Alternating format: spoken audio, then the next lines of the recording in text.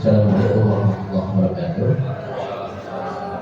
Alhamdulillah Nabi mustaqim wassalatu wassalamu ala rasulillah wa ala alihi wa sahbihi. Bapak Ibu sekalian, terima kasih atas kehadirannya pada hari ini, di mana pada hari ini ada designasi budaya positif nanti akan disampaikan oleh Pak Eko, dan ini sangat penting sekali buat kita sekalian. Pertama, untuk meningkatkan nilai karakter buat anak-anak didik kita, dan mudah-mudahan ini semua dapat diterapkan pada setiap kegiatan yang dilakukan di sekolah ini. Baiklah Bapak Ibu sekalian, untuk kita awali kegiatan pada hari ini dengan membaca basmalah bersama-sama. Bismillahirrahmanirrahim. Dan untuk langsung kami persilakan kepada Pak Eko untuk memulai kegiatan diseminasi budaya positif. Terima kasih Pak Wanto atas kesempatannya. Juga terima kasih pada Bapak Ibu semua sudah mau meluangkan waktunya di tempat ini bagi saya untuk bisa mendiseminasikan budaya positif di program pendidikan guru penggerak di angkatan 11 ini. Mohon maaf ya Bapak Ibu, bukan saya di sini posisi sebagai menggurui ya, cuma di sini saya hanya sharing. Mungkin Bapak Ibu ada yang lebih ahli dan dibandingkan saya lebih ahli ya. Kita di sini sharing saja. Nanti misalkan kalau Bapak Ibu ada yang ingin mengutarakan pendapat atau kalau misalkan ada yang kurang tepat ingin menyanggah, silahkan ya Bapak Ibu ya. Nah, mungkin sebelum kita mulai, kita buat kesepakatan kelas dulu seperti biasa. Nah, mungkin yang pertama kesepakatannya kita hadir di sini dengan pikiran bahagia ya Bapak Ibu ya, pikirannya tidak tertekan gitu di sini itu. Kemudian yang kedua, makan minum bagaimana Bapak Ibu, boleh nggak? Boleh ya. Nah, ya. Berarti silakan ya. Ini memang nanti sebentar lagi direview Bapak Ibu ya. Tenang saja, ini nanti direview. Kemudian yang ketiga, toilet. Kalau yang ingin ke toilet diizinkan atau tidak nih? Ya, toilet ada di sebelah ya Bapak Ibu, nanti bisa dipakai. Kemudian kalau kita atau Bapak Ibu ada yang ingin ditanyakan, maka silakan raise hand dulu ya. Kalau seperti di Zoom atau ini kan raise hand. Nah, silakan raise hand dulu. Nanti kita lakukan diskusi setelah Bapak Ibu mengutarakan pendapat. Oke, di sini budaya positif. Kenapa budaya positif ini ingin kami sampaikan? Saya dengan Pak Wanto di sini selaku peserta PGP angkatan 11 dari SMK Negeri Baleendah, karena memang budaya positif ini adalah salah satu cara untuk membangun karakter siswa khususnya ya, karena sesuai dengan visi dan misi kita bahwa visi dari SMK 7 Baleendah itu adalah terwujudnya lulusan SMK Negeri 7 Baleendah yang unggul dalam karakter. Karakter itu nomor satu, baru setelah karakter ke prestasi dan ke daya saing. Sehingga kalau karakternya tidak baik, prestasi dan daya saingnya juga kurang baik. Nah, mungkin dengan kami di sini, saya dan kawan-kawan melakukan diseminasi ini, kami berharap kita bisa bersinergi bersama-sama untuk membangun budaya positif di sekolah ini, sehingga SMK 7 Baleendah yang memiliki visi untuk unggul dalam karakter bisa kita wujudkan. Saya juga di sini mengundang wali kelas 11, walaupun mungkin belum semuanya bisa hadir. Kenapa ya, tadi Pak Wanto sudah di kelas 10, sekarang di kelas 11, sehingga ada satu pemahaman persepsi yang sama dalam penanganan atau dalam pembangunan budaya positif ini. Oke, kita lanjut. Nah, selalu kalau di guru penggerak ini dihubungkan dengan filosofi KHD ya, termasuk kita semua di sini bakal jadi guru penggerak ya, walaupun mungkin kalau yang Bapak Ibu di guru penggerak Jawa Barat ya, kalau saya katanya istilahnya nasional, padahal tidak ada guru penggerak nasional dan Jawa Barat, semua guru bergerak ya. Kenapa ya? Memang karena ini salah satu yang menyentil saya ketika pertama ikut guru penggerak. Mungkin kalau ikut guru penggerak berpikirnya dulu mah kalau semua penggerak siapa yang mau digerakkan ya, kan seperti itu. Karena memang guru penggerak ini ada ini yang kita lihat itu adalah bahwa pendidikan itu berpusat pada siswa, ya, berpihak pada murid. Jadi ketika kita sekolah, bukan kita ingin jadi seperti apa, atau kita ingin siswa itu menjadi seperti apa, tapi memang siswa yang kita arahkan untuk berkembang. Karena guru itu ya sebagai menuntun. Jadi bukan memaksakan, walaupun mungkin kita kalau di produktif mah, kamu harus bisa ini. Misalkan saya dari TSM, kamu harus bisa bongkar mesin, harus bisa bongkar sasis, harus bisa kelistrikan. Tapi pada dasarnya bahwa anak itu kan unik, sehingga tidak mungkin bisa kita dorong bisa ke semuanya. Walaupun ada siswa seperti itu, ada. Tapi pada dasarnya anak kadang suka memiliki keinginan yang spesial menurut dia. Misalkan, Pak, saya mau pengen spesial di sini. Atau contoh ikut ekskul juga. Kenapa futsal ramai? Kenapa yang lain tidak seramai futsal? Karena memang kesukaan anak-anak saat ini tuh ke futsal. Nah, itu kita menuntun anak-anak itu menuju bakat-bakat atau kontrak-kontraknya yang unik tadi. Guru itu ibarat petani. Ya, petani itu kalau menanam padi pasti jadinya padi. Tidak akan ada petani menanam padi jadinya jagung. Nah, kalau bisa seperti itu, itu luar biasa, magic, gitu kan? Nah, di sini kita itu sebagai petani. Bagaimana petani kalau ke sawahnya itu kan sangat menyayangi. Kalau kita lihat seorang petani, lihat airnya tidak ngalir, langsung dibuka jalurnya. Lihat ada hama sedikit, semprot. Saking sayangnya kepada padinya. Nah, kita diharapkan sebagai guru itu seperti petani tadi. Lihat siswa ada hamanya, kita semprot hamanya, bukan semprot siswanya. Misalkan anak yang suka kesiangan, hama kesiangannya ini yang harus kita semprot, bukan anaknya yang kita semprot malah jadi mati padinya, seperti itu. Nah, dan di sini kita mengutamakan budi pekerti. Budi pekerti itu adalah sinkronisasi antara pikiran, perasaan, keahlian, dan juga satu lagi kekuatan tubuh. Makanya pendidikan olahraga juga di SMK atau di sekolah lain itu penting, karena salah satu untuk mengembangkan budi pekerti adalah kekuatan raga fisik. Kalau kita lihat kan anak-anak kadang ada yang tidurnya kemalaman, ada ke sekolah lemes. Nah, itu berarti secara budi pekerti raganya yang belum terbentuk. Nah, kita harus bisa juga dengan pelajaran olahraga membentuk raga dari si anak tersebut. Nah, ini filosofi dari Ki Hajar Dewantara. Inilah dasarnya kita di guru penggerak. Makanya kita selalu dituntut untuk balik lagi ke murid, seperti itu. Nah, balik lagi tadi ke budaya positif. Budaya positif adalah nilai-nilai kebajikan dan kebiasaan-kebiasaan sekolah yang berpihak pada peserta didik agar dapat berkembang menjadi pribadi yang kritis, berkompeten, dan bertanggung jawab.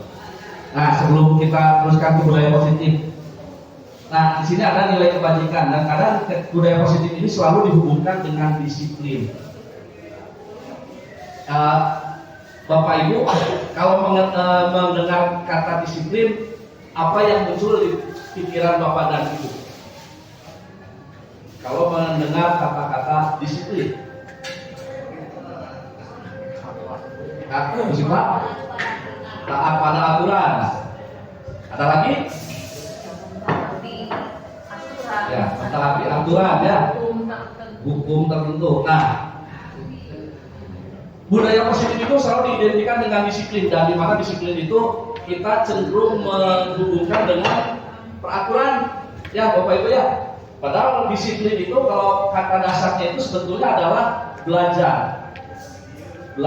Disiplin itu belajar. Makanya kalau dalam bidang ilmu, kalau di istilah asing itu ada disiplin. Misalkan bidang ilmu fisika disiplin. Nah, itu jadi sebenarnya disiplin itu belajar. Tata tertib itu salah satu bagian dari disiplin, yaitu untuk belajar mengikuti tata dan tertib. Kemudian belajar tepat waktu.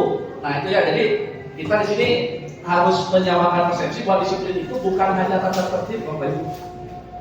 Tapi disiplin itu berhubungan dengan nilai-nilai kebajikan ini. Nilai-nilai kebajikan. Itu. Jadi disiplin itu adalah belajar menerapkan nilai-nilai kebajikan. Dan nanti apa itu nilai kebajikan nanti kita akan bahas di slide selanjutnya. Nah, nilai kebajikan universal. Tadi kita berbicara nilai kebajikan. Nilai kebajikan itu adalah nilai yang disepakati bahwa nilai-nilai tersebut adalah nilai-nilai yang baik, tidak melihat suku, tidak melihat agama, tidak melihat ras, tidak melihat tempat. Pasti itu disebutnya nilainya itu yang kebajikan. Contoh, jujur. Mau di Kota Bandung, mau di Surabaya, mau di mana, orang jujur pasti baik. Nilainya pasti nilai kebajikan. Kemudian kalau kita berbicara orang yang beriman dan bertakwa yang melaksanakan ibadahnya, ya itu kan nilai kebajikan. Mau di Indonesia, mau di Arab Saudi, kalau yang tidak sholat, kalau yang muslim gitu ya, yang tidak sholat, pasti dia tidak menerapkan nilai-nilai kebajikan. Nah ini salah satu nilai kebajikannya kita terapkan itu adalah 6 ini, yaitu ada di profil pelajar Pancasila. Mandirinya tuh salah sekalian, kok luar biasa ini benar kritis ya Pak. Ini harusnya jadi kreatif Pak ya, benar ini bukan mandirinya 2 kali. Nah, ini berarti Pak sudah menerapkan nilai kebajikan ya, benar kritis. Ya, saya sendiri tidak ketemu Pak. Padahal saya yang bikin gitu kan. Nah ini berarti itu kan nilai kebajikannya. Dan di sini sebetulnya kalau kita berbicara nilai kebajikan di profil pelajar Pancasila, beriman dan bertakwa itu kan terpecah menjadi beberapa sub elemen. Ada yang melaksanakan ibadah agamanya, kemudian berinteraksi dengan teman-temannya, kemudian dalam tadi jujur, kejujuran seperti itu. Kemudian di sini berkebinekaan global itu banyak. Baik misalkan kita berinteraksi dengan yang satu suku dengan yang berbeda suku, satu agama dengan yang berbeda agama, itu bagaimana kita berinteraksi, gotong royong. Nah ini termasuk sekarang kita dalam proyek P5 ini, satu kelas melaksanakan menghias kelas kolektif, tidak oleh satu orang tapi bergotong royong, mandiri. Sekarang kita tidak memberikan ini ya kan ke anak-anak, tolong hias, silakan kreativitasnya, itu masuk nanti ke nilai kreativitas dan mandiri. Kita di sini hanya sebagai pemantau saja kepada siswa. Nah kita sini sudah mulai membangun kemandirian siswa untuk bisa menghias kelasnya dengan sesuai keinginan mereka, tanpa ada yang istilahnya kalau campur tangan guru hanya memberikan rambu-rambu saja. Nah, itu kita sebut anak kita sudah bisa mandiri, bernalar kritis. Karena suka ada kritis, Pak ini saya dikasih modal sekian, ya kan kritis nih. Kalau yang tidak kritis mah ya bikin aja dikasih modal, cukup nggak cukup bisa adanya. Tapi kalau yang kritis mah, ini kalau uang segini beli ini berapa, ya dia bisa membangun nalar kritisnya. Ini nilai-nilai kebajikan universal. Makanya ketika kita membangun budaya positif, nilai-nilai ini yang coba kita akan kembangkan, baik dengan proyek P5 ataupun juga dengan kegiatan pembelajaran di kelas yang kita lakukan. Oke. Nah, di sini ada teori kontrol. Kenapa ada teori kontrol? Saya bahas di sini karena begini. Untuk membangun budaya positif, kita perlu membangun sistem kontrol. Nah, di sini ada miskonsepsi tentang kontrol tadi. Karena kita sudah berpikir, saya ini sebagai koordinator jurusan PBSM, saya bisa berpikir bahwa saya bisa mengontrol guru-guru saya nih, karena saya posisinya sebagai koordinator. Saya kasih tugas Mas Arif ini, Mas Arif bisa kerja. Saya misalkan ke Pawanto ngajar kelas ini, Pawantonya bekerja. Padahal itu sebetulnya saya bukan mengontrol Mas Arif atau Pawanto. Itu hanya ilusi. Ya, hanya ilusi bahwa saya bisa mengontrol Mas Arif atau saya ke guru, saya bisa mengontrol siswa. Itu sebenarnya ilusi. Saya sebenarnya tidak mengontrol siswa. Ya. Jadi jangan berpikir bahwa dengan misalkan gini, Pak Puki berhenti main HP-nya. Nah, tapi kan itu kesannya seperti mengontrol, padahal tidak. Ya, padahal tidak. Itu hanya ilusi. Ya, bukan berarti saya melakukan rupiah, mohon maaf. Itu hanya ilusi. Jadi tidak, sebenarnya kita tidak benar-benar mengontrol seorang manusia, baik siswa ataupun teman seperti itu. Ya, di sini ada mengontrol bahwa kita bisa mengontrol mobil, pengen suruh piket bisa piket, tidak seperti itu sebetulnya. Misalkan atau gini, ketika kita memberikan reward, misalkan Pak Sarip punya siswanya juara, kemudian kita kasih uang atau kasih penghargaan, maka siswanya akan menjadi terkendali, terkontrol, tidak. Jadi kita sebetulnya tidak bisa mengontrol orang lain, ya. Nah, di sini tidak bisa mengontrol orang lain, kita hanya bisa mengontrol diri kita sendiri. Hanya bisa mengontrol diri kita sendiri. Contoh, Bapak Ibu datang ke sini, duduk di ruangan ini, saya tidak bisa mengontrol Bapak Ibu untuk bisa ada di sini. Tapi yang mungkin Bapak Ibu dengan sukarela datang ke sini, walaupun tidak sukarela ya, karena ada sedikit. Ya, paksa. Nah itu akhirnya apa nih? Bagaimana cara kita bisa mengontrol orang lain walaupun dalam bentuk ilusi tadi? Maka di sini bagaimana caranya orang lain rela, termasuk ke anak-anak kita datang ke kelas, rela ada di kelas, tidak tidur. Karena kan sekarang masalahnya anak-anak di kelas ada di kelas tapi pikirannya nggak tahu kemana. Ya, ada di kelas tidur, main HP, sibuk dengan kesenangannya sendiri. Lagi belajar ini gambar-gambar di bukunya, menulis tulisan yang ya ada yang baik, ada yang tidak baik, ya kan seperti itu. Berarti anak itu sebetulnya di kelas tapi tidak bisa kita kontrol. Nah, bagaimana caranya kita membuat orang bisa kita kontrol, walaupun antara rela dan tidak rela. Nah, bagaimana cara kita mengontrol orang lain? Ada 3. Pertama, memberikan paksaan. Kalau kamu tidak ini, saya hukum. Dipaksa. Yang kedua, memberikan imbalan. Kamu sudah datang ke tempatku, nih ada reward, saya kasih gorengan, misalkan seperti itu. Ya. Dan yang ketiga, menumbuhkan kesadaran. Sekarang kita berefleksi ya Bapak Ibu ya, baik di kita maupun nanti ke siswa juga, nanti Bapak Ibu coba di kelas berefleksi. Kenapa sih pada mau datang ke sekolah? Mungkin ada yang inginnya itu reward. Dan saya kalau tidak ke sekolah tidak dikasih bekal. Atau misalnya dikasih paksaan sama orang tuanya. Kalau kamu tidak sekolah, saya coret dari kartu keluarga, misalkan gitu. Kan itu paksaan. Pokoknya kalau kamu tidak sekolah, saya tidak akan kasih makan. Karena saya pernah merasakan hal seperti itu, Bapak Ibu. Waktu saya SD, saya pernah tidak mau berangkat sekolah. Pernah protes ke orang tua saya. Saya dikerem di kamar, Pak. 1 hari dikerem, gak dikasih makan, gak dikasih minum. Karena ya, saya dipaksa untuk sekolah saat itu. Tapi akhirnya karena saya kan waktu itu umur SD itu ya, kalau dikerem sendirian di kamar, tidak dikasih makan, lapar kan akhirnya takut. Jadi akhirnya besoknya berangkat lagi ke sekolah. Terpaksa saya berangkat ke sekolah, Bapak Ibu. Biar tidak dikerem di kamar. Walaupun ujung-ujungnya ya, alhamdulillah dapat berprestasi, dikasih lagi gimana? Ya, karena saya pernah waktu SMP itu alhamdulillah dapat ranking gitu ya. Kata orang tua saya kalau dapat ranking dibeliin sepeda. Sepedanya nggak ada, rankingnya nggak dapat kalau itu kebetulan lagi krisis ekonomi, jadi sepedanya nggak jadi dibeli gitu ya. Tapi minimal, ya saya jadi lari ke imbalan. Nah kesini. Kadang imbalan juga ada yang seperti ini Bu, saya ingin ketemu dengan seseorang. Nah, ya misalkan dulu kita punya kecengan atau apa, itu juga kan imbalan. Akhirnya kita datang ke sekolah demi dia. Ya, demi atau kayak kita di sini kalau saya lihat ke siswa-siswa kebanyakan, kenapa kamu sekolah di sini? Banyak temannya.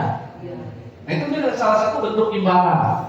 Jadi belum kesadaran. Nah yang ingin kita bangun adalah bagaimana membangun kesadaran biar anak datang ke sekolah itu tanpa paksaan. Kalau tidak ada temannya juga, dia akan datang ke sekolah. Tidak dikasih bekal, jalan kaki. Tidak bisa, misalkan terpaksa tidak punya seragam, tidak punya apa, dia tetap datang ke sekolah. Nah itu yang ingin kita bangun. Jadi jangan sampai sekarang kan, Pak, saya tidak punya seragam, jadi tidak datang ke sekolah. Pak, saya malu tidak pakai werpak, tidak bisa praktek. Nah itu yang ingin kita hilangkan sehingga siswa-siswa kita bisa sadar terhadap harga dirinya, bahwa dia itu berharga. Datang ke sekolah itu, dia itu akan dihargai, tidak akan menjadi beban bagi siapa-siapa, seperti itu. Nah, sini ada motivasinya tadi, ya, datang ke sekolah biar tidak dihukum. Apa yang akan terjadi ketika saya melihat tadi seperti saya, motivasinya masih eksternal. Saya dipaksa sekolah oleh ibu saya, bukan karena keinginan saya untuk sekolah. Nah, yang kedua ingin mendapatkan imbalan. Tadi saya kalau sekolah dapat bekal, kalau sudah dikasih bekal dia nggak akan berangkat. Ada yang seperti itu. Dan yang ketiga, kalau sudah menghargai diri sendiri, saya akan seperti apa kalau saya sekolah? Nah, mungkin ya Bapak Ibu di sini sudah merasakan step ini, 3 step ini. Nah, bagaimana kita menularkan apa yang sudah kita rasakan kepada siswa-siswa dan siswi kita juga. Ya contohnya saya ketika sudah sekolah lama-kelamaan kan, kalau nggak sekolah itu asa hampa.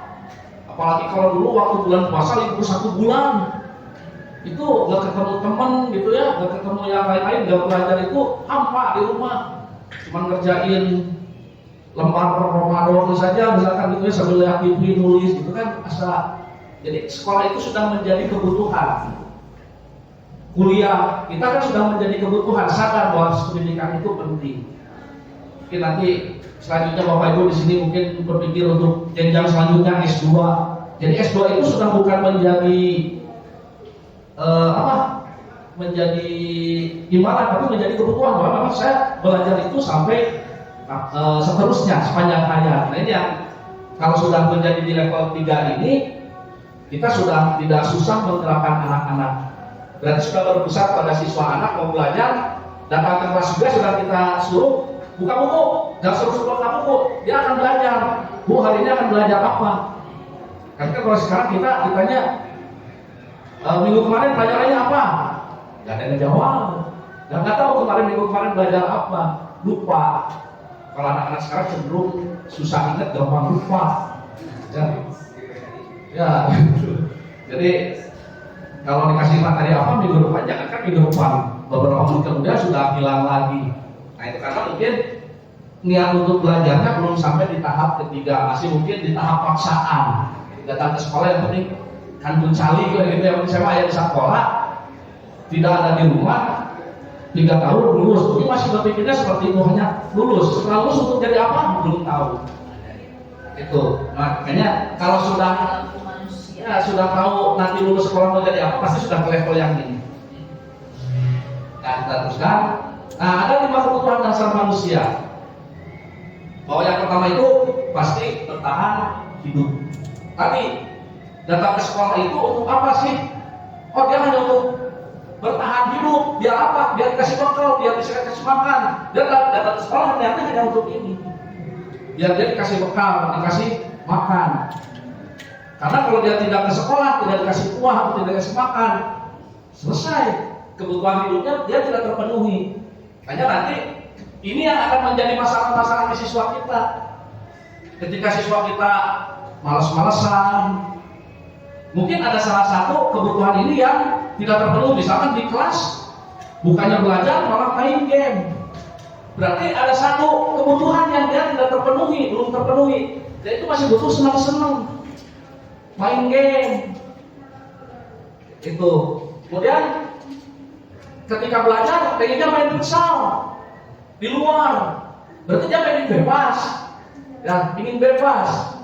Nah, di kelas seperti di penjara, mungkin seperti itu ya. Apalagi ketemu saya yang pelajaran preko, tetap pelajaran preko masak, mau apa lagi? Main futsal, bebas. Nah, ini tujuannya kebebasan.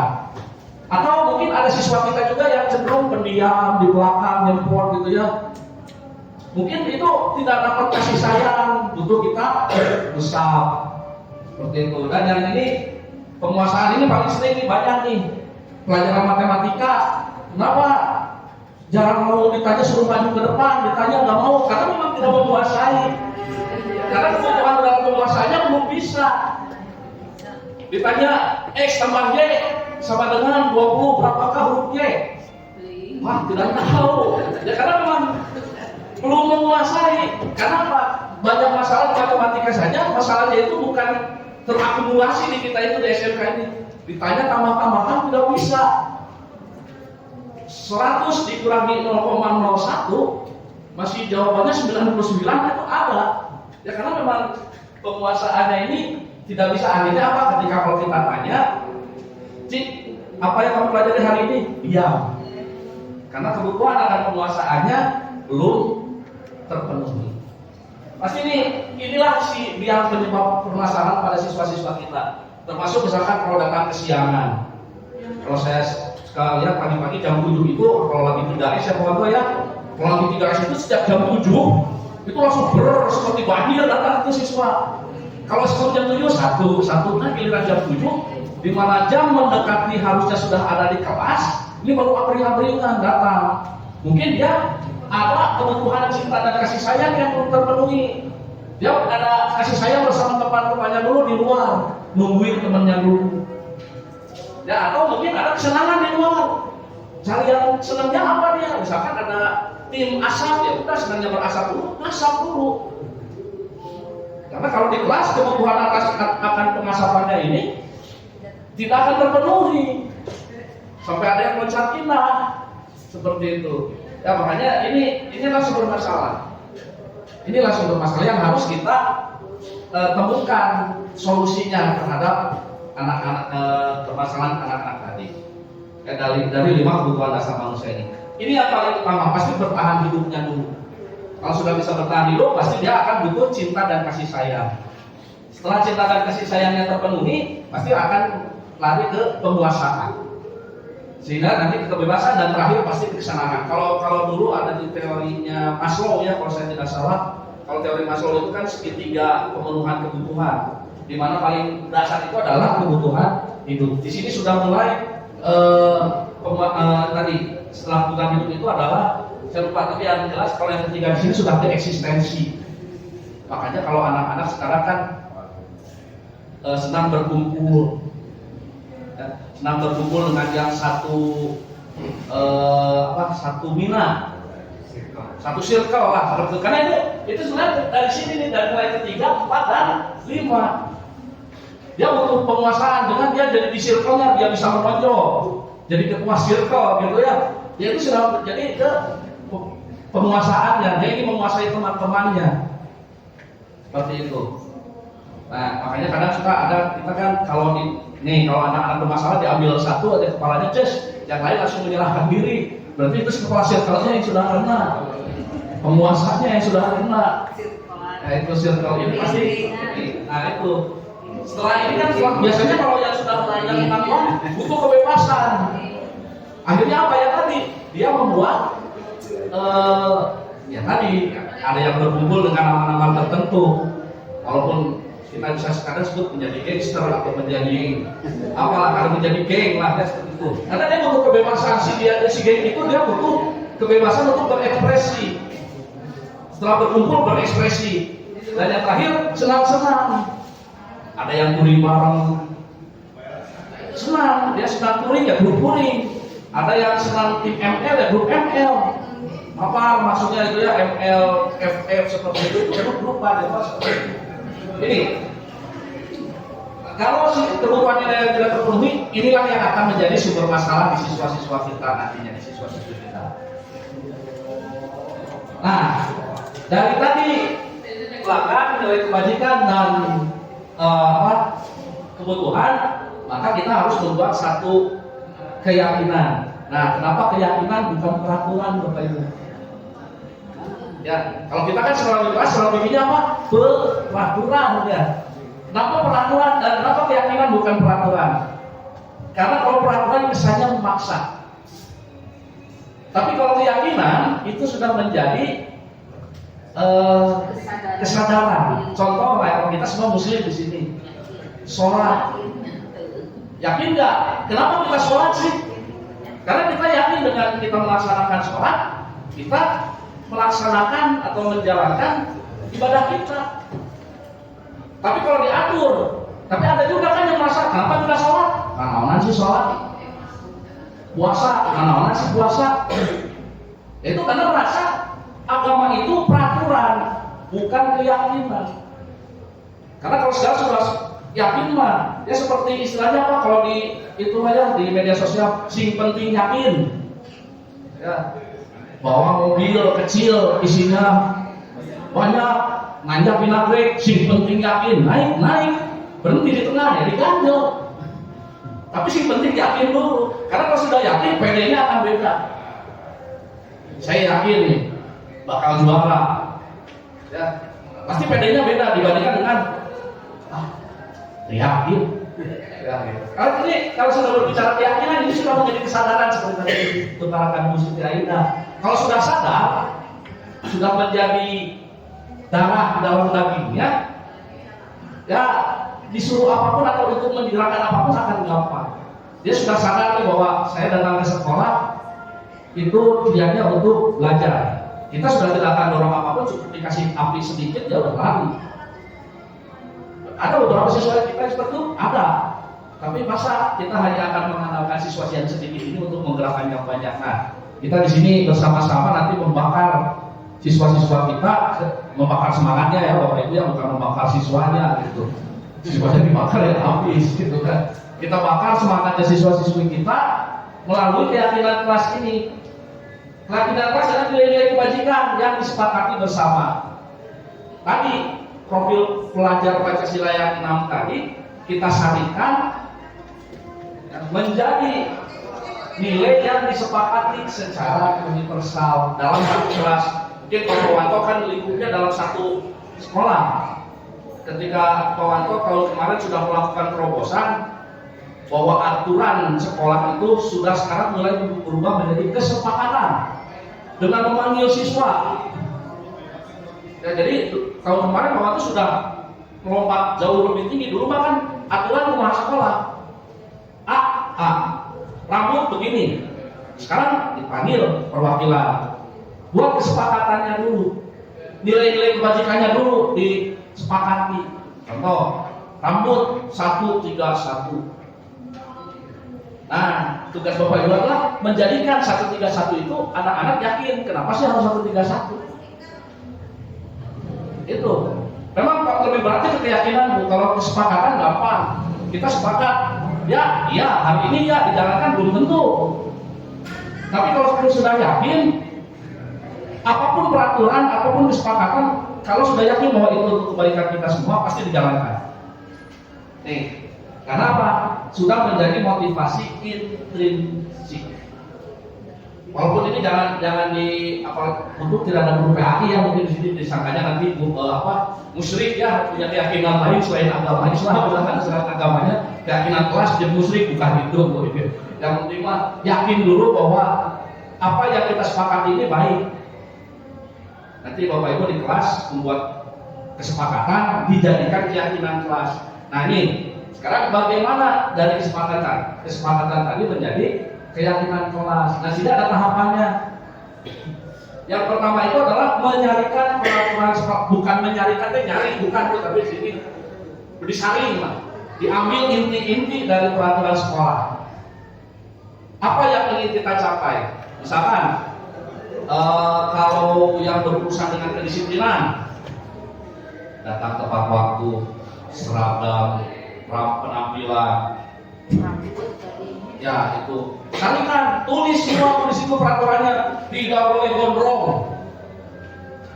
Kemudian yang kedua, tidak pakai aksesoris. Apalagi setelan seperti itu.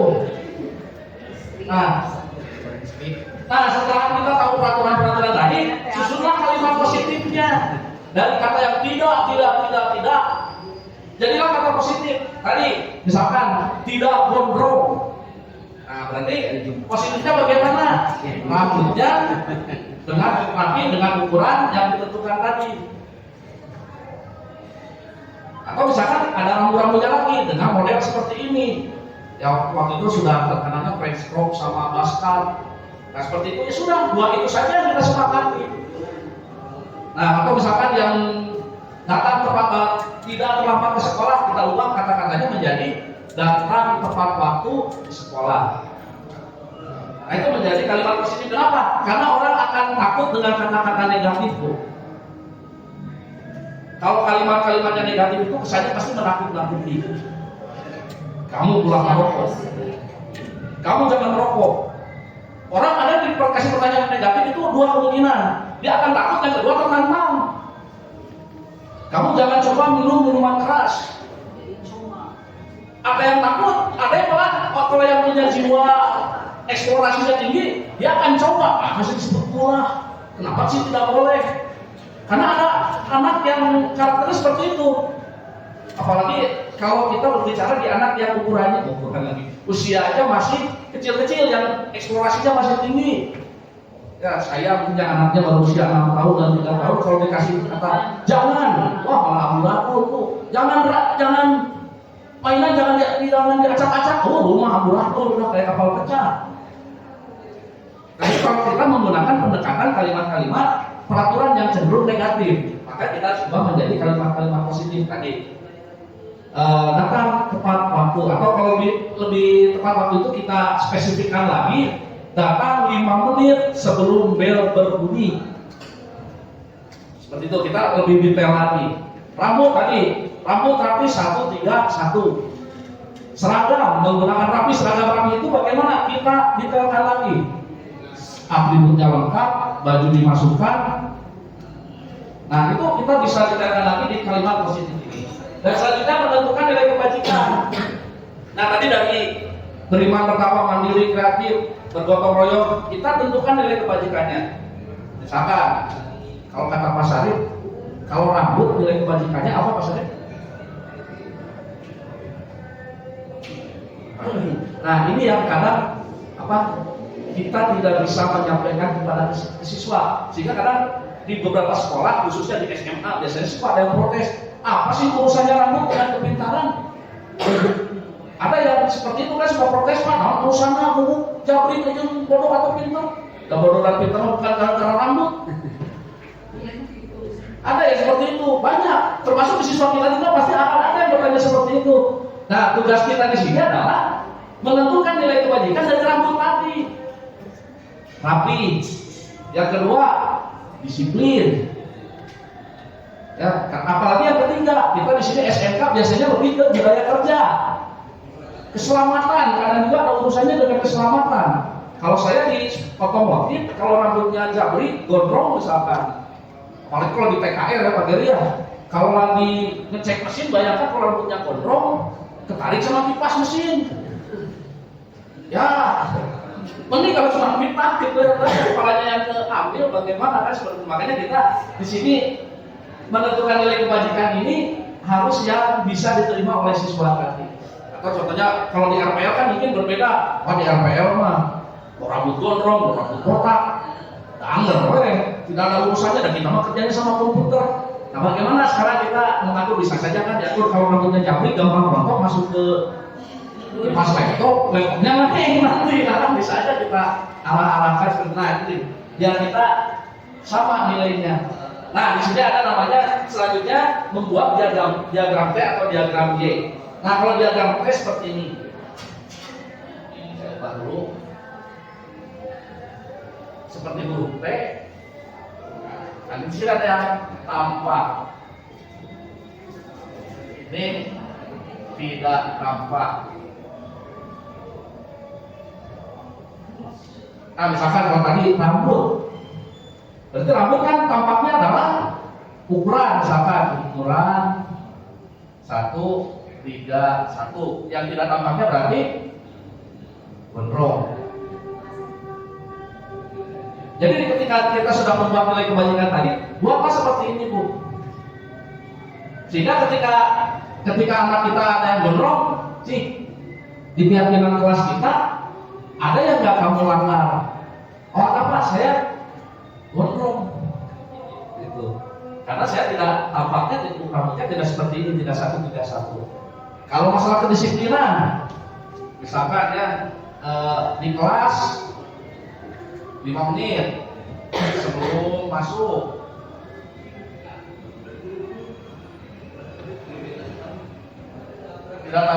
Ini berarti yang tidak tampaknya terlambat.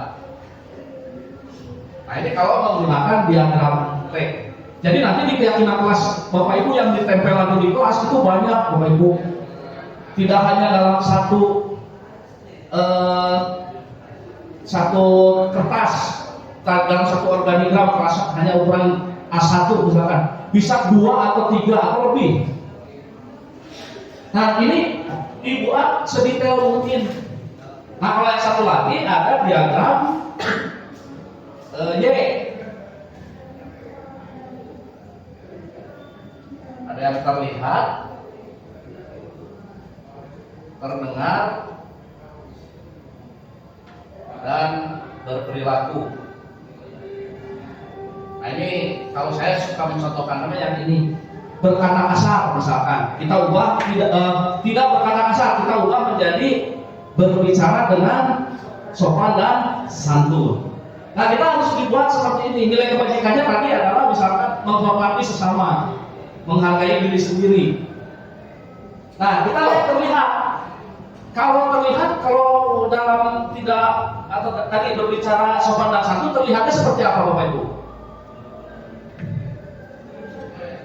Bisa terlihat nggak kalau yang berbicara sopan dan santun? Cara kasar, kalau video nobi gitu. Tidak terlihat ya mungkin ya. Kalau tidak terlihat boleh kita kosongkan. Kita lagi ke terdengar. Berarti kalau terdengarnya, misalkan bahasanya sopan ya. Bahasanya sopan, santun, tidak kasar. Yang kedua adalah intonasi, misalkan ya. Intonasinya tidak tinggi. Karena kan ada sedikit anak sekarang mah. Hei, gitu ya. Hanya dikatakan hei langsung ngegas, sekarang mah kata-kata hei saja. Atau sedikit-sedikit ngegas, pedas gitu ya. Terus ada intonasi. Atau yang ketiga ada lagi, misalkan bahasa lembut ke orang tua, ke guru misalkan. Nah ini tertulis seperti ini. Untuk satu item keyakinan kelas. Jadi ini si tabel ini bisa banyak. Kalau Bapak Ibu bikin keyakinan kelasnya banyak. Keyakinan kelas 8 berarti otomatis dia 8. Seperti itu Bapak Ibu. Ya karena spesifik sehingga kita ketika anak melanggar, nanti kita di belakang ada masalah restitusi, kita tanya dulu kenapa kamu seperti ini, kenapa kamu tidak tadi berbicara kasar gitu. Nah berperilakunya kalau misalkan tidak berbicara kasar kan, misalkan ngobrolnya ceria, misalkannya ketika ngobrol tidak ada raut wajah yang emosi, tapi dia ceria sambil ngobrol itu ketawa-ketawa. Nah seperti itu di kegiatan berperilakunya ini kita buat tabel Y atau tadi tabel R. Dan yang terakhir menentukan tugas guru dan tugas siswa. Tugas saya dan tugas kamu. Misalkan tadi berbicara kasar, berbicara sopan dan santun. Tugas gurunya apa? Berarti mencontohkan berbicara sopan dan santun. Tidak ada di kelas guru itu berbicaranya kemana-mana, bahasanya sampai bahasa rimba muncul, ya. Karena kita juga harus mencontohkan guru saya harus seperti ini. Karena tidak kalau misalkan siswa tidak boleh datang terlambat, tugas gurunya itu pasti harus datang di kelas juga tepat waktu. Seperti itu. Jadi biar kadang suka anak seperti ini, Bu, kenapa ada tugas guru dan tugas siswa seperti ini? Siswa iya gurunya. Nah, sekarang bahasa-bahasa seperti itu, gurunya giliran guru mau bebas, giliran saya diatur.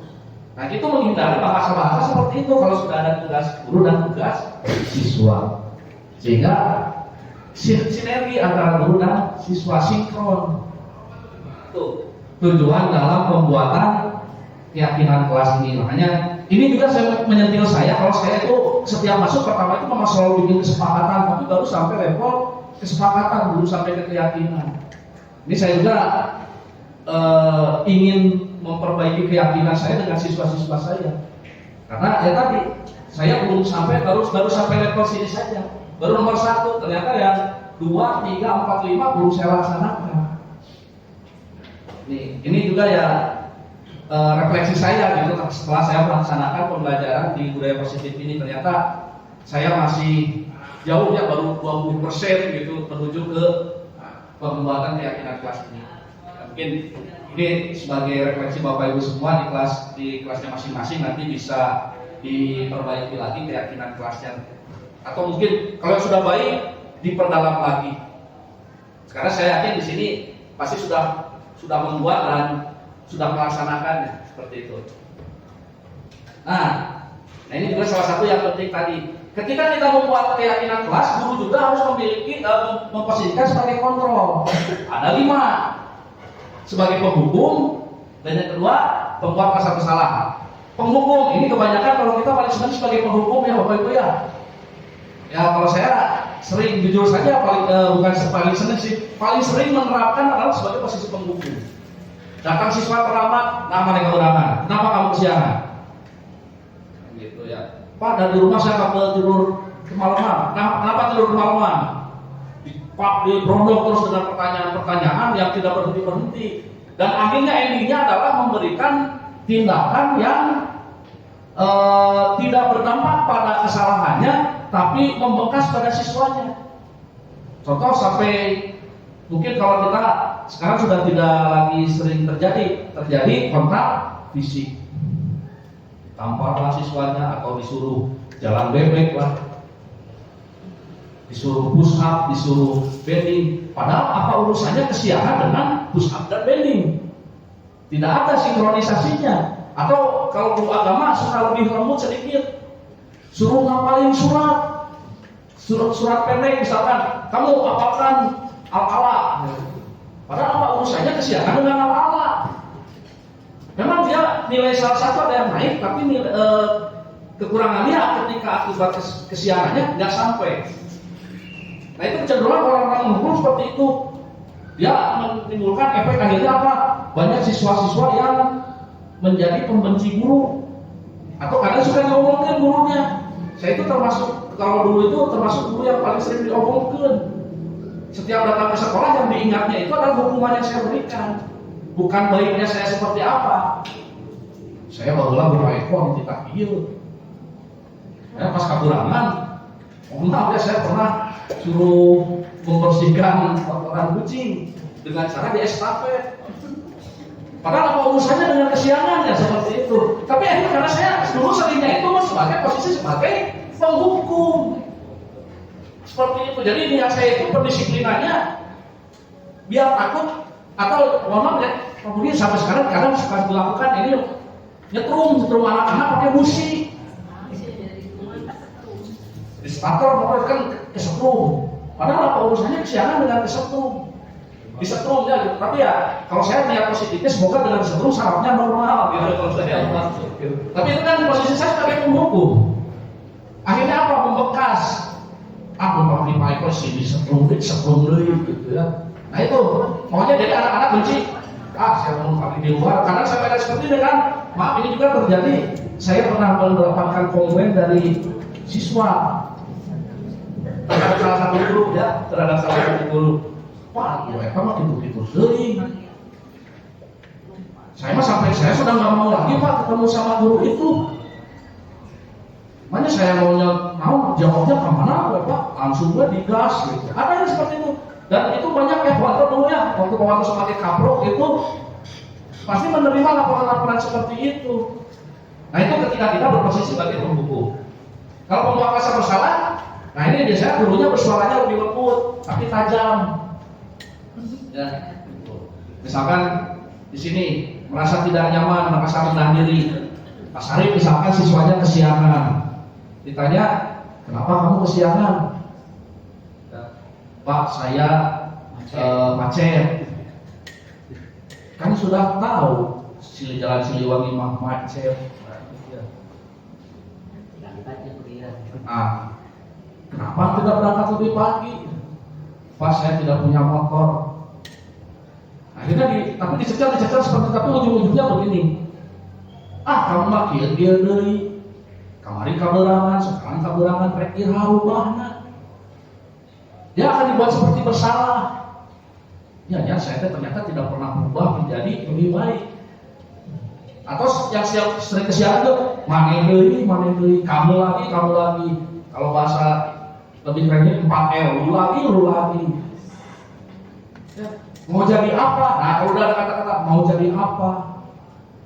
Mau jadi apa kamu kalau kesiangan terus? Nah, itu sudah kita membuat anak itu punya rasa bersalah. Ya. Nah, selanjutnya teman. Nah, ini cenderung yang banyak itu sebagai teman. Cik, kamu sini. Dipanggil keluarga saya. Sini. Cik, cari kata bapak. Kenapa kamu kesiangan? Pak, saya tuh, nah tidak cerita aku ke bapak, nanti bapak bantu. Ya, kalau kamu nggak punya uang, nanti saya kasih. Nah itu pendekatan kita itu sebagai teman mendekati, biar anak-anak itu mau kita rangkul. Seperti itu. Nah ini ya bisa negatif, bisa positif. Karena ada sering, cik aku pakai sertifikat bapak rokok 2 bungkus. Nah itu memang posisikan sebagai teman, padahal sudah jelas aturannya siswa tidak boleh beli rokok, tapi kita persuasi, suruh apalagi suruh sama kita. Nah itu sudah pendekatannya sebagai teman. Nah yang keempat ada posisi sebagai pemantau. Nah kalau pemantau ini tipenya, kalau ini tipe polisi lah, dia selalu dari peraturan lah. Kamu datang berapa? Sekarang masuk jam berapa? Jam 7 Pak. Sekarang jam berapa? 7.20. Apa yang salah? Saya terlambat Pak. Harus bagaimana? Nah itu. Tapi bahasanya lembut, itu bahasanya lembut. Tidak, kalau saya tadi agak keras ya. Jadi datang misalkan Pak Sarip kesiangan, misalnya Sarip, kenapa kesiangan? Mohon maaf Pak, ban saya bocor. Tapi tahu kan bahwa kesiangan itu pasti ada konsekuensinya? Tahu Pak.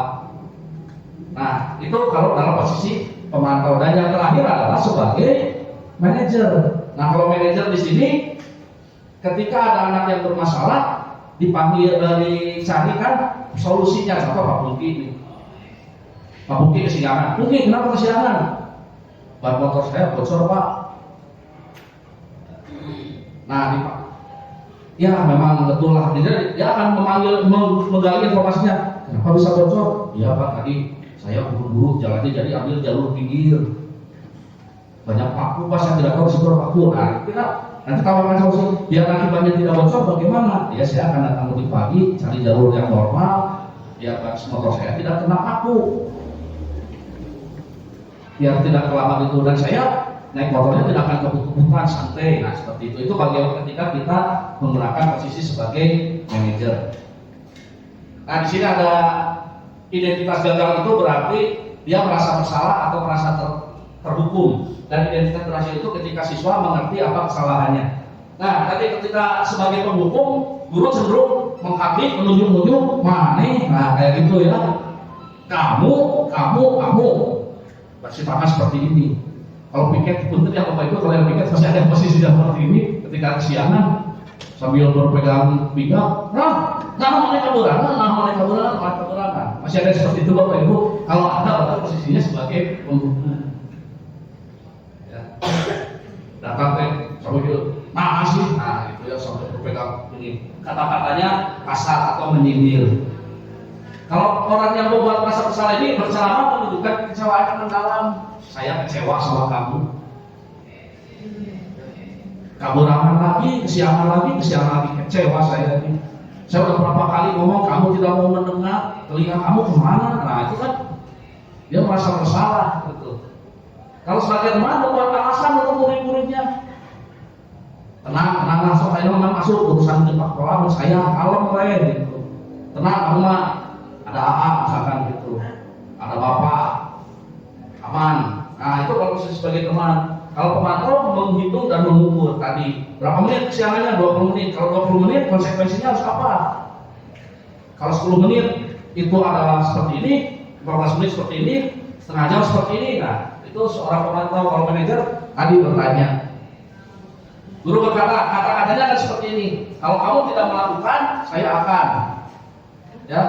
Contoh ke anak-anak yang tidak mengerjakan tugas, misalkan Bapak Ibu kebetulan sedang dinas luar, ngasih tugas, mana yang tidak mengerjakan tugas ini, no. Kan seringnya kita seperti itu ya Bapak Ibu ya. Kalau kamu tidak mengerjakan tugas ini, jangan harap naik kelas. Sering seperti itu. Atau kata-kata jangan harap. Nah itu saya sering melakukan seperti itu Bapak Ibu ya. Makanya ketika mendapat materi ini, ya saya benar-benar nyesek sebenarnya Bapak Ibu. Saya selama ini banyak di sini, gitu ya. Saya itu sering membuat anak-anak saya justru cenderung nantinya itu anak-anak yang memberontak, pendendam, dan suka menyalahkan orang lain gara-gara money. Ya seperti itu. Ya akhirnya di kelas saya juga suka seperti ini. Ya sampai sekarang pun masih sedikit dari sebagai preferensi saya. Ketika di kelas suka ada seperti ini. Sok siapa yang mau maju? Akhirnya nggak ada, nunjuk orang lain bu. Mana ya? Gara-gara mana ya orang jadi maju ke hadap. Nah itu ketika kita sering melakukan posisi menghukum. Nah kalau orang yang suka bersalah dia akan menyembunyikan atau suka berbohong.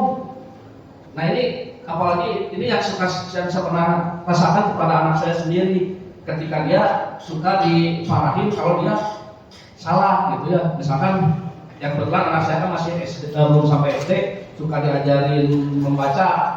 Kalau kamu nanti nggak bisa membaca, kamu nggak akan bisa masuk SD. Itu kan membuat rasa bersalah. Akhirnya apa? Dia akan menyembunyikan, malas belajar. Malas belajar, lagi malas gitu ya.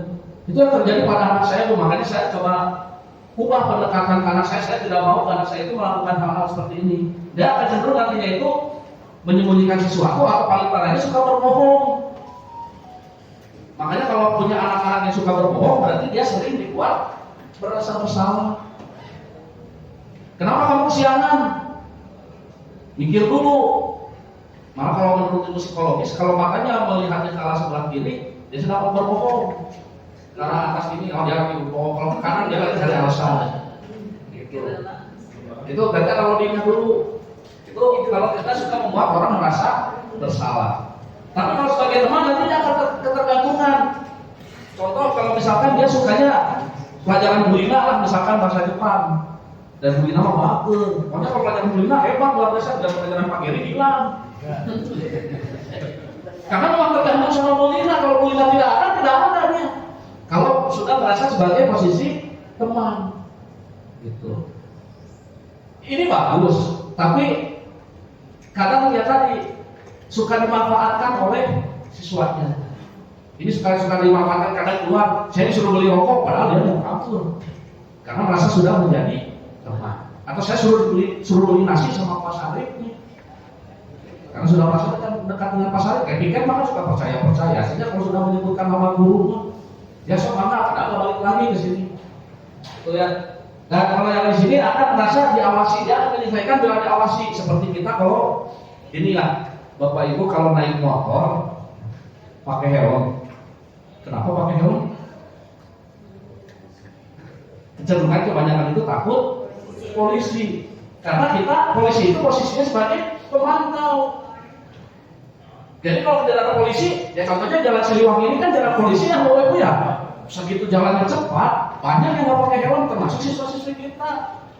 Karena merasa tidak ada polisi. Tapi kalau bikin aja satu polisi, bikin posnya satu, saya yakin banyak yang pakai helm di sini karena posisi kita itu masih banyak dipantau di sini, senang dipantau. Makanya kalau sekarang kan kalau kita lihat suka di rumah ini diawasi CCTV. Beda dengan di New Zealand, katanya walaupun saya belum pernah ke New Zealand gitu ya. Kalau di New Zealand rumah tidak punya pagar, belakang saja hanya rumah rata saja sananya. Kenapa? Karena memang tingkat kejahatannya konon kecil. Saya sebut konon karena saya tidak tahu ya Bapak Ibu ya. Konon kecil. Karena apa? Dia sudah tidak perlu lagi diawasi. Di Jepang, kalau kita lihat Jepang atau Singapura mungkin ya, kalau Bapak Ibu yang pernah ke Singapura, kenapa tidak ada orang yang berani mengudah di Singapura? Singapura is fine city, bukan fine itu artinya kota yang baik, bukan Bapak Ibu. Fine city adalah kota penuh denda. Jadi kalau di Singapura itu meludah, denda. Jangankan meludah, mau makan permen karet, kalau tahu betul ya, permen karet itu denda. Sehingga orang-orang Singapura dia akan tertib ketika di Singapura. Tapi setelah keluar dari Singapura bebas. Orang Indonesia juga sama. Di Indonesia mau bebas, datang ke Singapura tertib Bapak Ibu. Takut kena denda. Takut denda karena pemantaunya banyak. Seperti itu. Tapi berbeda ketika kita di negara-negara atau di posisi yang sering menggunakan posisi ini. Contoh ya kalau kita berbicara negara yang pendidikannya maju, Norway, Swedia, Finlandia, mereka hidupnya nyaman, tenang ya. Kalau kita lihat walaupun itu antara real atau tidak, saya juga masih tanda tanya karena belum pernah ke sana. Atau negara-negara OECD yang maju, itu karakternya kuat-kuat. Tingkat kriminalitas rendah, penjara sedikit. Kalau kita kan lihat penjara kita penuh, overload malah. Karena karakternya memang karakter ya, karena kita sering membaca lebih banyak di sini hukum dan lain sebagainya. Makanya kalau ini di penggerak di grup penggerak kita diarahkan semua ke posisi manajer ini biar karakter yang baik itu yang dibandingkan tadi muncul. Tuh untuk posisi kita sebagai manajer. Ini kalau kita di posisi sebagai guru. Nah kalau posisi sebagai siswa seperti ini, akhirnya apa? Saya tidak akan peduli kahokenan akan orang menyebut mah. Ya suka ada seperti itu kan ya. Kadang anak-anak di sini biarin panulit deui. Bae mun saya keluarkeun kan ada orang anak-anak yang berpikir seperti itu. Itu ketika dia keseringan dihukum. Keseringan dihukum kebal betul fungsi mereka kebal. Sudah biasa. Ya, akhirnya apa? Tidak peduli, akhirnya terus ulangi lagi malah ngajakeun, malah sengaja. Dan akhirnya apa? Guru di luar dunia berkualitas, berarti disebut itu guru tidak ada guru dengan anak guru bedanya. Ya, saya sudah tidak perlu lagi seorang guru. Nah itu ketika anak sering dihukum. Nah kalau ini pembuatan salah, akhirnya sering mengucapkan maaf. Walaupun akhirnya lebih baik meminta maaf daripada meminta izin. Karena kalau di orang Indonesia itu ya, sekarang banyak kasus maaf buat ibu-ibu dan bapak-bapak. Sekarang di kasus Instagram itu ya terjadi KDRT. Setelah masuk polisi, setelah masuk berita sudah pakai baju kuning, tinggal mau saya mohon maaf, saya menyesal sudah melakukan itu. Karena kita terbiasa membuat orang sudah dalam posisi bersalah. Akhirnya lebih baik meminta maaf daripada dia tidak melakukan hal-hal seperti itu. Ada yang KDRT, ya ada yang hal-hal lain gitu ya. Padahal itu di orang-orang terkenal gitu lah. Jadi seperti itu. Guru meletakkan guru di dalam dunia berkualitas baru di dalamnya, ya seperti itu. Baru gurunya yang masih di dalam dunia berkualitas, berarti guru saya itu baiklah, gitu. Baru sebut seperti itu. Nah kalau di sini sebagai teman siswa itu berpikir, saya pikir bapak ibu teman saya. Padahal ya sebagai teman kan kita harus ada tetap sebagai antara guru dan siswa harus ada limitnya, ada batasnya. Jadi menjadi manusia yang tergantung, tidak mandiri dan tidak bisa memutuskan. Makanya kalau punya siswa yang kegiatannya mau beli apa terserah. Ya misalnya ibu-ibunya suka gitu ya, mau beli makan apa terserah. Itu tidak bisa, itu nanti cenderung tidak bisa memutuskan. Itu banyak temannya berarti ya, banyak berteman gitu ya, seperti itu. Karena dia bingung ketika akan mengambil keputusan. Nih nanti kata teman saya bakal bagaimana? Dia tidak bisa mengambil keputusan, tidak bisa menjadi seorang decision maker, tidak cocok biasanya dari menjadi manajer ke up itu sudah tidak cocok karena dia tidak bisa memutuskan. Guru sebagai orang penting baginya di dalam dunia berkualitas. Nah kalau sebagai pemantau siswa cenderung saya akan dapat apa? Konsekuensi apakah positif atau negatif? Contoh gini, kalau kita keseringan memberikan reward, makanya ini pemberian reward dan punishment ini sekarang mulai dikurangi Bapak Ibu. Kenapa? Karena reward itu bikin orang ketergantungan. Misalkan gini, Pak Sarif kamu bakal dikasih motor kalau ranking 1. Pak Geri, misalkan boleh piknik ke luar negeri, misalkan gitu ya, dengan catatan masuk kampus ini. Reward yang dikejar itu reward, sehingga ketika dia tidak masuk ke kampus di situ, nanti dia akan apa sih? Bahaya ini. Akhirnya dia belajar itu mati-matian karena apa? Ada rewardnya. Kalau tidak ada rewardnya, dia akan santai-santai saja. Seperti itu kalau kita terbiasa dalam posisi pemantau. Dan akhirnya apa? Guru dan peraturan sebagai dunia berkualitasnya. Jadi kalau peraturannya jelek, dia nggak akan ikuti. peraturannya tidak menguntungkan, dia akan lewati.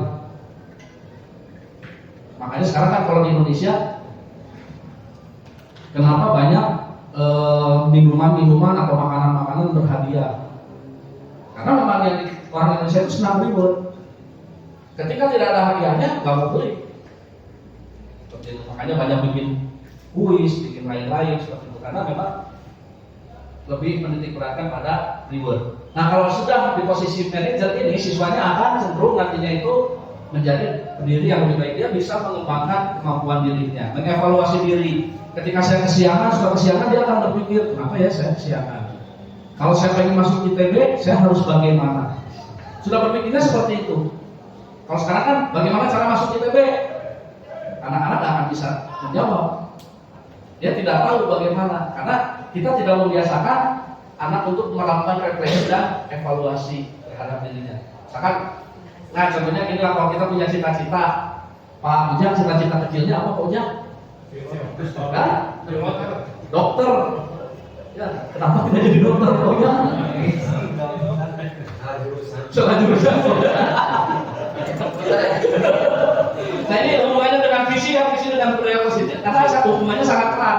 Ketika kita punya visi tapi tidak bisa menjalankan, tidak dituntun oleh seorang manajer, ya kita tidak dituntun oleh seorang manajer, insya Allah visi dan misi kita tidak akan tercapai, Bapak Ibu. Ya, kenapa? Karena kita tidak dituntun, beda dengan kalau kita punya orang sebagai manajer. Misalkan tadi maunya pengen jadi dokter, orang tuanya manajer, pasti orang tuanya akan seperti ini, akan kasih tahu kalau mau jadi dokter harus jago biologi, harus jago kimia, dan tidak takut darah. Misalkan itu. Ketika Pak Ujang mendapatkan nilai biologinya jelek, pasti akan dikejar. Pak Ujang, kenapa nilai biologinya kecil? Kan katanya mau jadi dokter. Dia akan berpikir, kenapa nilainya kecil? Pak Ibu pakai pelajaran materi yang sekarang, materinya sekarang susah. Jadi perlu apa? Perlu les. Dia akan berpikir untuk perlu les. Kalau sudah dipegang oleh manajer, tapi kalau mohon maaf kita referensi untuk kita semua, kalau kita sebagai orang tua banyak di pembuku, makanya saudara kamu tidak mau belajar, jadi tidak jadi dokter. Nah, sudah visinya sudah kita buat, berantakan Bapak Ibu. Anak sudah berpikir pengen jadi dokter, pengen jadi polisi, tapi suruh makan, sering kasih makan permen Bu, kan giginya hancur. Kalau polisi giginya sudah hancur, tentara giginya sudah hancur, seperti saya, tamat sudah. Impian untuk menjadi seorang tentara atau polisi. Makanya ini penting sebagai referensi bukan hanya buat siswa, tapi bagi kita sebagai seorang orang tua. Nah, tadi restitusi. Kenapa restitusi ya? Di sini restitusi adalah proses menceritakan kondisi bagi murid untuk memperbaiki kesalahan. Nah, apa bedanya hukuman, konsekuensi, dan restitusi? Tadi di posisi penghukum, posisi berbuat kasar bersalah, dan sampai ke manajer. Kalau hukuman itu tidak nyaman jangka panjang. Contoh, ada kasus kesiangan, suruh lari di lapangan tidak pakai sepatu gara-gara sepatunya tidak warna hitam. Suruh lari di lapangan 10 kali 10 keliling, akhirnya apa? Kakinya cedera. Itu kan efeknya panjang Bapak Ibu. Bisa beberapa bulan, bisa kadang traumanya bertahun-tahun. Nah ini kalau kita menerapkan hukuman, korban cenderung tersakiti. Nah kemudian paksaan, lari di situ, nggak mau, tidak ada, lari. Nah itu paksaan, memaksa kalau hukuman, dan mendorong menyalahkan diri. Pokoknya kamu salah, kamu tidak mengikuti aturan, hukuman. Nah, maka disebut motivasinya nanti eksternal. Kalau konsekuensi tidak nyaman jangka pendek, contoh seperti ini. Pak Dede sebagai guru olahraga, anaknya tidak pakai baju olahraga misalkan. Karena kamu tidak pakai baju olahraga, kamu tidak boleh ikut pelajaran sekarang. Efeknya hanya pelajaran saat itu saja. Saat pelajaran Pak Dede. Minggu depan apakah bisa berubah? Bisa. Bisa saja minggu depan sudah pakai seragam lagi, pakai seragam olahraga, sehingga bisa olahraga. Kalau konsekuensi ketika dia melakukan kesalahan dan tidak berjangka panjang, misalkan Bulina tidak bisa bahasa Jepang, ya kamu bayangkan menulis tidak bisa menulis huruf ini, ya dia harus menulis huruf ini sampai bisa. Nah itu konsekuensi seperti itu. Korban dibawa tidak nyaman, dia tidak nyaman. Ya tadi Pak Dede tidak boleh olahraga, ya orang lain temannya pada futsal, dia ulang sendiri di pinggir, kan tidak nyaman Bapak Ibu. Ya. Kemudian stimulus dan respon. Kalau di sini ada stimulus, ada respon. Tadi bajunya tidak sesuai, responnya apa? Dan di sini mendorong kepatuhan. Kalau konsekuensi tadi, kalau tidak pakai seragam, menurut banyak kalau olahraga berarti otomatis harus pakai seragam. Nah seperti itu. Ini tapi masih eksternal juga, karena ada di sini masih mendorong stimulus dan respon. Kalau ke restitusi di sini menguatkan jangka panjang. Korban diberikan pilihan, saya sebutnya korban ya Bapak Ibu ya, di sini berarti orang yang melakukan kesalahan korban itu. Nah misalkan tadi kesiangan, dia diberikan pilihan bagaimana dia kamu tidak kesiangan. Atau tadi tidak pakai sepatu hitam misalkan. Karena kita kan banyak siswanya pas saya tanya, kenapa tidak pakai sepatu hitam? Jebol. Nah, kita harus kasih option ketika jebol itu, optionnya anak harus bagaimana? Apakah boleh dipakai saat itu dulu? Oke lah, tidak apa-apa, tapi minggu depan, nah kita kasih option pilihan. Ada teori pilihan, teori kontrol. Dia boleh mengontrol dirinya sendiri, si siswa itu memilih. Saya milih, oh iya nih, saya sudah kasih pilihan. Berarti saya harus melaksanakan pilihan-pilihan tersebut. Akhirnya mendorong disiplin positif, itu disebut dengan motivasi internal. Nah, kita di restitusi ini ada namanya, jadi sebelah kiri saya skip saja karena pada sama tadi. Nah, sini ada namanya segitiga restitusi. Ya, segitiga restitusi yang pertama itu adalah menstabilkan identitas, yang kedua validasi tindakan yang salah, dan yang ketiga adalah menanyakan yang kita. Nah, menstabilkan identitas yang salah ini kadang suka kita skip. Contoh nih kalau ada anak kesiangan. Ketika anak kesiangan lari-lari, kita cenderung langsung tidak memberikan dia step untuk menenangkan dirinya dulu. Contoh, kenapa kamu kesiangan? Karena maksud tanya, kenapa kamu kesiangan? Kita lari-lari langsung dikasih pertanyaan yang sifatnya mendesak. Pasti tidak akan bisa berpikir Bapak Ibu anak-anaknya. Nah, menstabilkan identitas bisa seperti ini. Misalkan ketika ada anak kesiangan, tarik nafas, tenangkan dulu, ditenangkan dulu, tarik nafas, sudah tenang, baru kita tanya kenapa kamu kesiangan. Nah kemudian kita tanya juga kesiangan, nah untuk stabil, dia tidak merasa salah ya, kita stabilkan identitas. Saya juga pernah seperti itu. Tidak ada orang bisnis selalu tepat waktu. Kita kasih tahu untuk menstabilkan identitas seperti itu. Jadi jangan langsung diberolong dengan pertanyaan-pertanyaan yang sifatnya mendesak, tapi stabilkan dulu anaknya itu, tenangkan dulu. Nah yang kedua, validasi tindakan salah. Semua perilaku memiliki alasan. Tadi kalau di sini, kalau bahasa di sini, tadi kesiangan. Kenapa tadi kamu kesiangan? Jawab saya bocor. Kemudian ada nggak cara efektif yang harus kamu lakukan agar tidak bannya bocor? Ya, walaupun itu bocor kan sifatnya darurat ya, kadang tidak. Nah itu tapi kita bisa gali-gali terus pertanyaan. Dan yang terakhir adalah menanyakan keyakinan apa yang kamu langgar. Ketika kita kesiangan, pasti disiplin. Nah selanjutnya adalah, nah ini tahapan dalam pertanyaan pertama yang bisa dilakukan untuk menstabilkan identitas. Jadi ketika kita menghadapi siswa yang bermasalah, ini Bapak Ibu bisa mengucapkan atau bisa bertanya dengan statement-statement ini, pernyataan-pernyataan ini. Tidak berbuat salah itu tidak apa-apa ya. Memang kita kan manusia, walaupun ciptaan Tuhan paling sempurna, kan tidak 100%. Dan kita bukan malaikat ya Bapak Ibu ya. Kita bukan malaikat, pasti selalu berbuat salah. Makanya di sini kita harus jelaskan, tidak salah melakukan kesalahan itu tidak apa-apa. Kemudian tidak ada manusia yang sempurna. Saya juga pernah melakukan kesalahan seperti itu. Jadi tujuan ini, kata-kata ini biar apa? Oh, biar anak itu tidak merasa salah. Memang dia melakukan salah, tapi dia tenang. Oh iya ya, salah dulu dia ada pernah salah. Jadi anak itu tenang. Nah selanjutnya adalah validasi tindakan salah yang sini. Tadi anak yang kesiangan.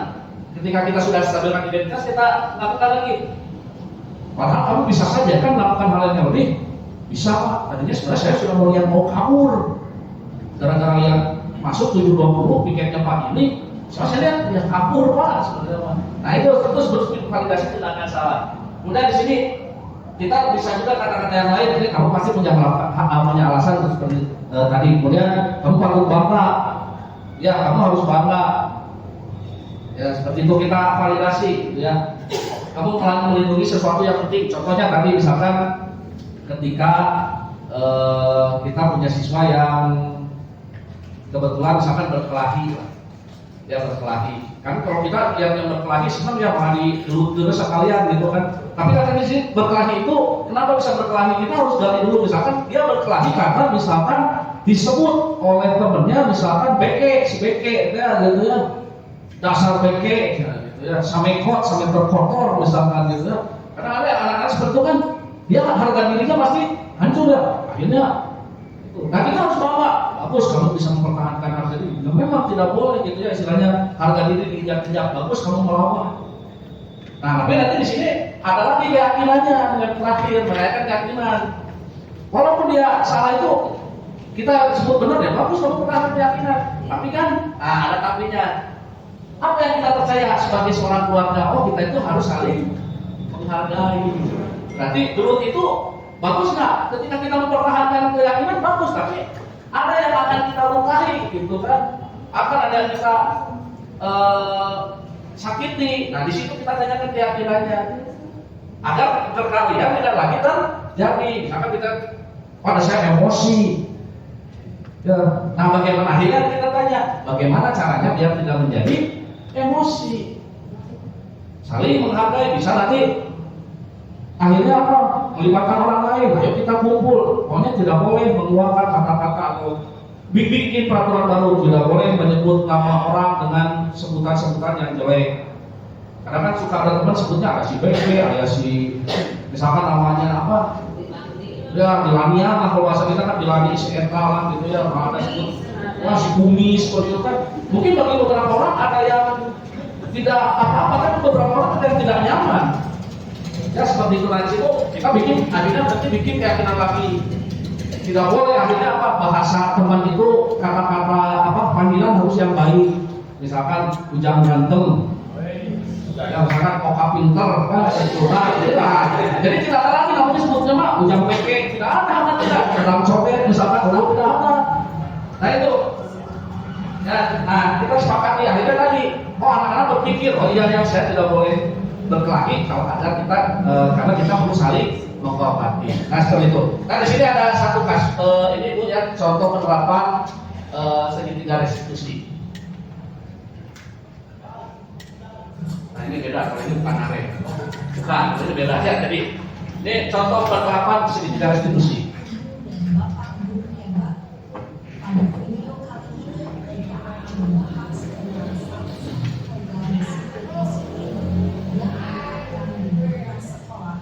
Yang dikenal dengan nama restitusi.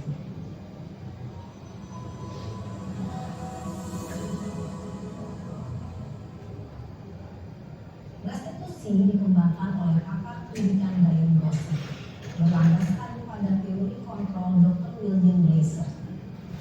Segitiga restitusi adalah suatu proses dialog yang dijalankan oleh guru atau orang tua agar dapat menghasilkan murid yang mandiri dan bertanggung jawab. Pada saat guru di posisi manajer, aspek yang dikembangkan pada murid adalah motivasi intrinsik, sehingga penanaman nilai-nilai kebajikan dapat tumbuh dan berkembang menjadi suatu kebiasaan positif yang akhirnya membentuk karakter murid. Proses dialog ini terdiri dari 3 langkah yang digambarkan pada ketiga sisi pada segitiga restitusi. Sisi pertama adalah menstabilkan identitas. Sisi yang kedua adalah validasi tindakan yang salah. Dan sisi yang ketiga adalah menanyakan keyakinan. Ibu dan Bapak Guru, berikut ini akan ditunjukkan bagaimana seorang guru berada dalam posisi manajer menggunakan penerapan segitiga restitusi.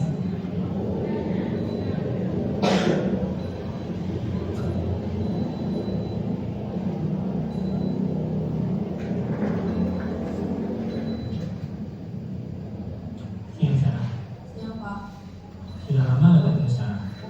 Kenapa ada di sini? marah lah.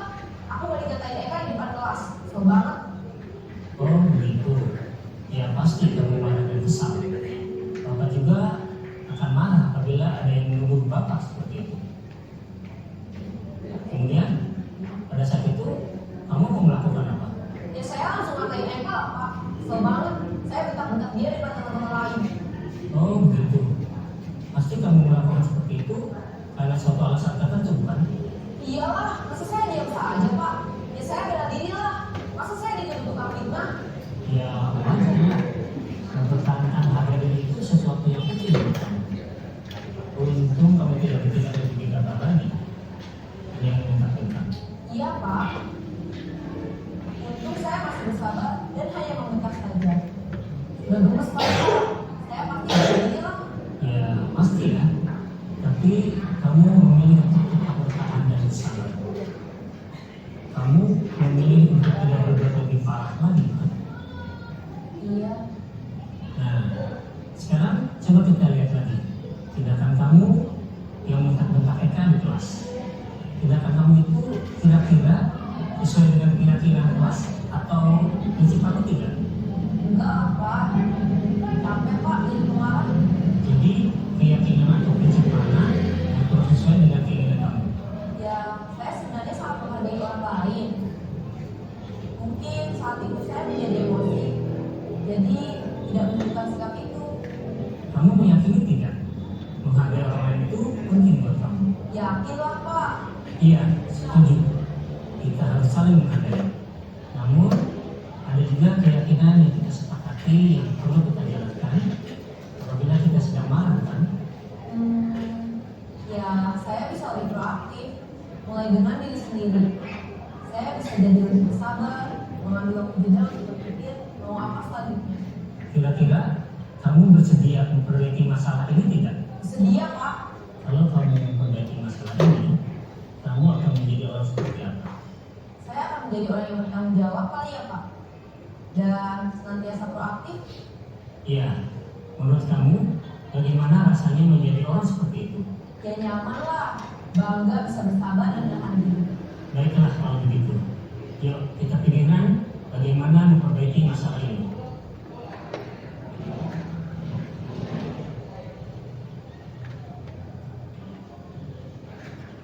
Ya, begitu Bapak Ibu ya, penerapan juga restitusi. Jadi ketika ada permasalahan ya dibicarakan baik-baik. Tapi kalau saya mah dulu mungkin ya, kalau saya sebelum mengetahui ini mah saya lebih senang ya perempuan berkelahi Bapak Ibu ya. Senang itu malah kita kompromi biasanya mas seperti itu. Tapi ternyata dengan strategi restitusi itu tadi ya bahwa kita membangun anak-anak yang bertanggung jawab, yang bisa mengeluarkan karakter-karakternya sehingga nilai-nilai kebajikan yang ingin kita capai itu tertanam kepada anak. Mungkin sekian yang bisa saya sampaikan ya, Bapak Ibu terima kasih atas perhatiannya. Wabillahi taufiq wal hidayah. Wassalamualaikum warahmatullahi wabarakatuh. Bapak Ibu ada yang mau ditanyakan? Kalau tidak ada, tidak apa-apa. Ya. Ya. Terima kasih Bapak Ibu sudah bisa hadir di sini, bisa membantu saya dalam program diseminasi ini. Sebelum kita menutup kegiatan ini, mari kita membaca alhamdulillah bersama-sama. Bagi teman-teman yang nanti butuh materinya ya bisa nanti kita akan share juga ya, karena ini kalau pintar buat sendiri mah rugi Bapak Ibu ya. Makanya seperti itu kita akan share. Akhir kata, wabillahi taufiq wal hidayah. Assalamualaikum warahmatullahi wabarakatuh. Semangat Bapak Ibu.